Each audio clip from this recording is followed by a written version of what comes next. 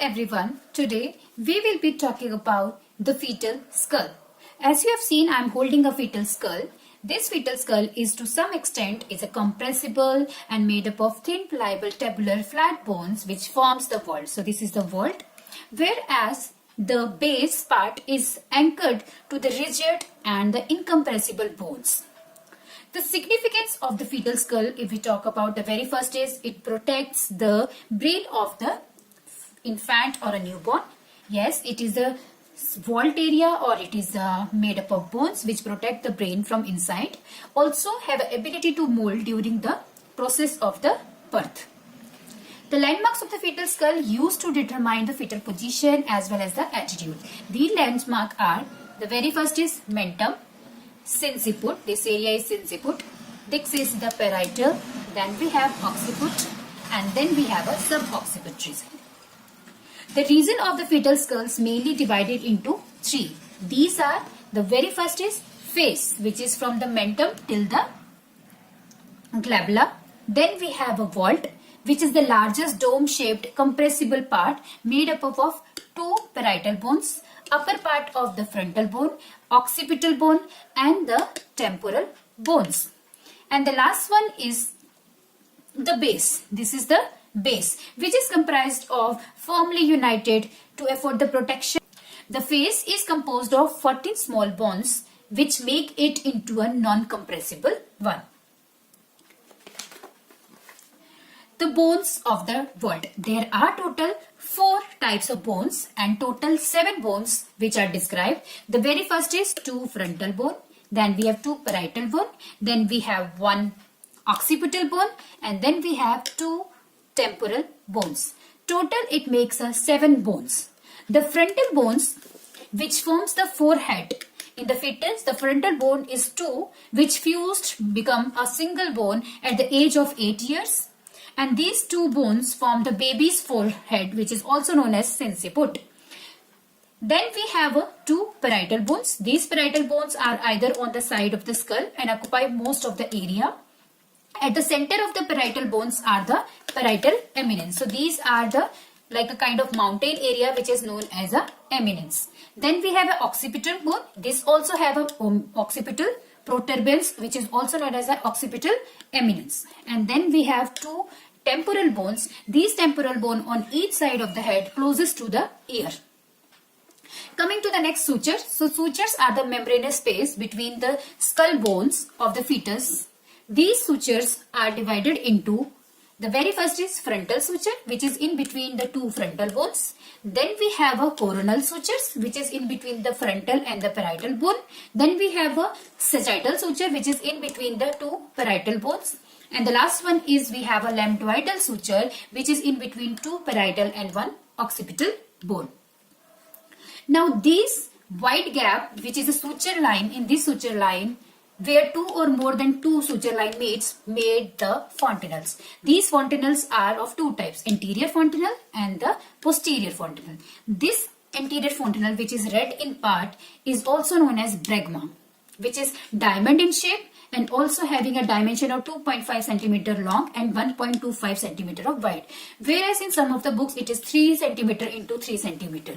It's at the junction of the sagittal, coronal and the frontal sutures. So by this 3 suture when it joins and it makes the frontal anterior fontanelle. Now the importance of fontanelle is divided into 2, which is therapeutic and the diagnostic. In the therapeutic, the very first it palpating to identify it is depressed or bulges. If this membrane space, if it is bulges out, it shows that there is an increased cranial pressure. Whereas if it is depressed, it shows that the baby is having a dehydration.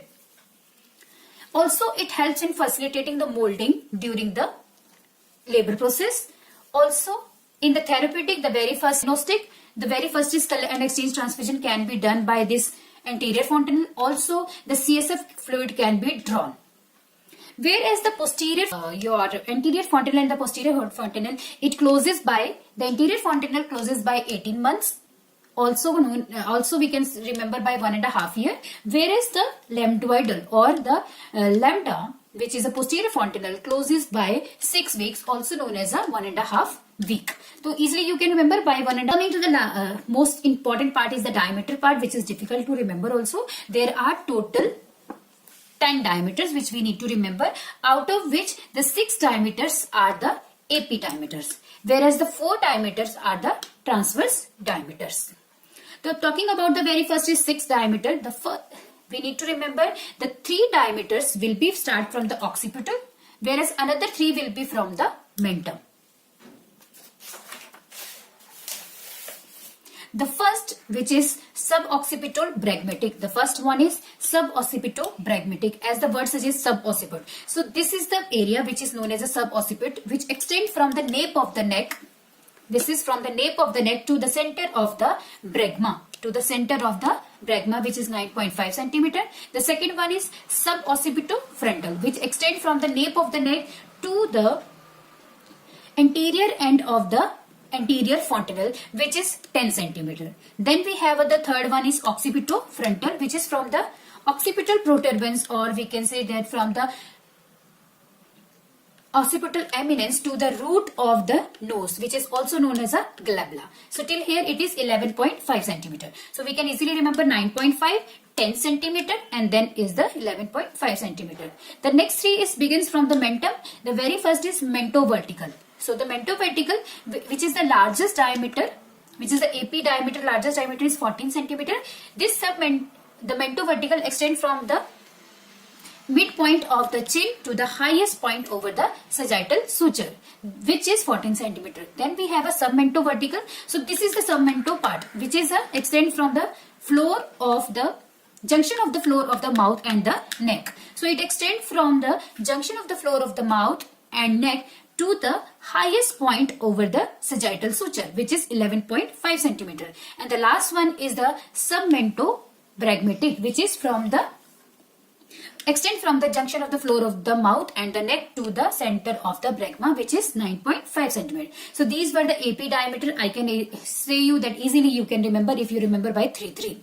The next one is the transverse diameter. These transverse diameter, total 4 diameter is there. The very first is biparietal diameter, supra-subparietal. As I told you that there is a parietal eminence which is having a lower part and the highest part also.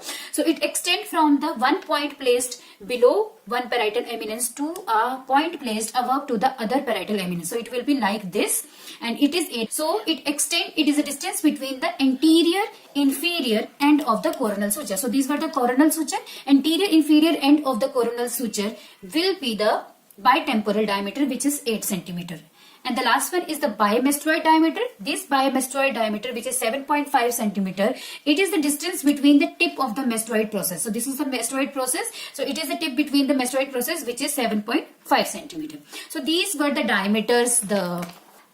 Is the overlapping of the suture at the time of the labor when the baby comes out from the pelvis. So these are having a gradings. These are total 3 grading. The first grade says the bones overlap, but the bones are touching each other but not overlap. Mainly it occurs on the parietal bones. The bone touching each other but do not overlap. This is the grade 1. Second, grade 2 is overlapping of the sutures, but easily it can be separated by the fingers. This is grade 2. And the grade 3 says there is a fixed overlapping which cannot be separated by the use of the fingers. So this is about the fetal skull we have studied.